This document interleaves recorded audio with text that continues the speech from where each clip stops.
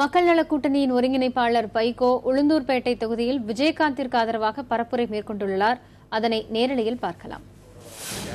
மொத்தம் 5000 கிலோமீட்டர் வெயில்ல நடந்திருக்கேன், மழையில் நடந்திருக்கிறேன். எந்த இடத்துலயும் கார்ல ஏறினது கிடையாது. ஒரு இடத்துக்கு நடந்து போயிட்டு திரும்ப தங்குற அந்த இடத்துக்கு வந்தா கூட திரும்பவும் நடந்து வந்து திரும்பவும் நடந்து போவேன். இவர் என்ன செஞ்சாருன்னா, ஒரு ஊருக்குள்ள போய் அந்த ஊர் மீன்பேஜ் 600-200 மீட்டர் நடக்கிறது, ஒரு கையை காட்டிக்கிட்டு அவங்களோட டெய்லி கூட்டத்துக்கு வர்றதுக்கு ஒரு ஆளுக்கு 300 ரூபா அவங்களோட வர்றதுக்கு. இப்ப அவர் போற இடத்துல ஒரு ஆளுக்கு 300 ரூபா. அவங்க எல்லாம் கையை காட்ட வேண்டியது. பாக்குற டிவியில பாக்குற ஜனங்களுக்கு என்ன தெரியும், நடந்தே தமிழ்நாடு பூரா பாக்குறாரு போல இருக்குன்னு ஒரு பெரிய பெரிய பெரிய ஏமாற்று வேலை. இதெல்லாம் அண்ணன் கலைஞருக்கு கைவந்த கலை. இதெல்லாம் செஞ்சாங்க. பிறகு என்ன பண்ணாங்க, அவங்களுக்கு 35% ஓட்டு இருக்கு, அதிமுகவுக்கு 40% ஓட்டு இருக்கு, 2-3% தான் வித்தியாசம். விஜயகாந்த் வந்த உடனே ஆட்டோமேட்டிக்கா திமுக முழு விஜயத்து வரும் அப்படின்னு போட்டுக்கிட்டே இருந்தாங்க. தினமலர் அப்படியே போட்டது. எப்படி போட்டதுன்னா, இது அவருக்கு 80 சீட்டு, அவருக்கு இவ்வளவு ஏற்பாடு என்று தினமலர் பத்திரிகை போட்டது. அப்போ உறுதியா திமுக ஜெயிக்கும், விஜயகாந்த் அங்க போக போறாருன்னு ஒரு எண்ணத்தை எல்லாத்தையும் ஏற்படுத்துறாங்க.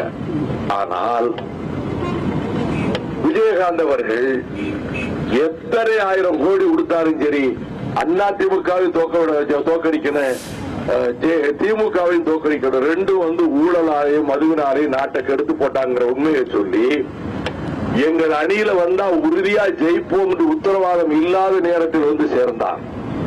இந்த ஒரு தகுதி போதும் அவர் முதலமைச்சர் வேட்பாளர் என்பது. அவருக்கு என்ன தகுதி இருக்கு, அவர் சரியா பேச மாட்டேங்கிறாரு, அவர் எதையும் சொல்லி குழப்பறாருன்னு ஒரு பிரச்சாரத்தை எல்லா டிவிலையும் வைக்கிறாங்க. நான் வருத்தத்தோட கேட்கிறேன், அண்ணன் கலைஞர் பேசுறது பக்கத்தில் இருக்கவங்களுக்கு அது புரியுதா? ஏன் அதை சொல்ல மாட்டேங்கிறீங்க? இல்ல, அண்ணன் கலைஞர் முந்தி அவ்வளவு அழகா பேசினாரு. ஆமா, எங்க கேப்டன் தான் முந்தி பார்த்து பேசினாருன்னா அப்படி வீரபாண்டிய கட்டபொம்மன் சிவாஜி பேசுற மாதிரி பேசினாரு. இப்ப என்னையா பேசுறாரு கலைஞர்? அவருக்கே கேட்க தெரியல. அவர் உடனே பத்திரிகைக்காரங்க அவர் பேசிட்டு ஒரு நமட்டு சிரிச்சுட்டு அப்படி ஒரு பார்வையை பார்ப்பாரு. எந்த பத்திரிகையாவது கலைஞர் பேசுவது புரியவில்லை இன்னைக்கு வரைக்கும் எழுதியிருக்காங்களா? இல்ல.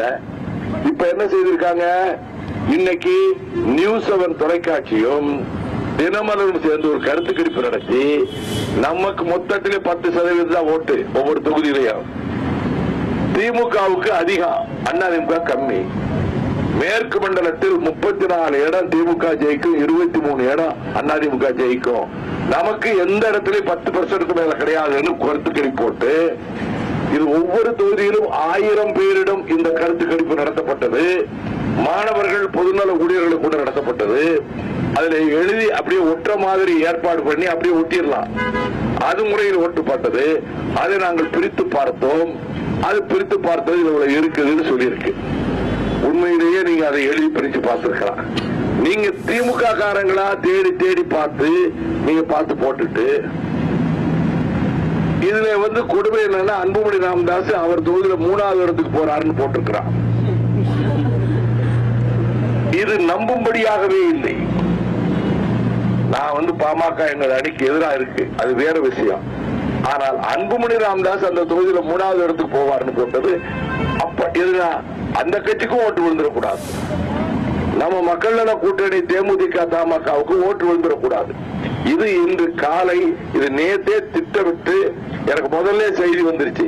நியூஸ் 7 தினமலரும், நான் பத்திரிகை தர்மமே இங்க கிடையாது. 94 சங்கங்கள் சேர்ந்து எங்களுக்கு ஆதரிச்சாங்கல்ல, விவசாய சங்கம். தினமலர் ஒரு வரி போட்டதா வீட்டுல போட்டா எழுதி கொடுத்தாங்க. 94 விவசாய சங்கம் சேர்ந்து நாங்க கேப்டன் முதலமைச்சரா அறிவிச்சிருக்கிறத அணிக்கு நாங்க ஆதரவு கொடுக்கிறோம்னு சொல்லி அவங்க சொல்றத ஒரு வரி ஒரு பேப்பர் போடல. தினத்தந்தி மட்டும் நெல்லை எடிஷன்ல மட்டும் போட்டாங்க, 2 பேப்பர் மதுரை எடிஷன்ல மட்டும் போட்டாங்க. பத்திரிகை தர்மமே கிடையாது. இதை படிச்சுட்டு இந்த மக்கள் எல்லாம் ஒரு கலக்கம் அடைகிறாங்க இன்னைக்கு காலையில இருந்து. அப்ப நமக்கு ஓட்டே மொத்தம் 10% தானா? அப்ப திமுக தான் ஜெயிக்குமா? அந்த கருத்து கணிப்பிலே முதல்ல ஒண்ணு போடுறாங்க. இதை படித்து விட்டு இதற்காக ஓட்டு போடலாம் என்று யாராவது நினைத்தால் அது எங்கள் நோக்கம் அல்ல.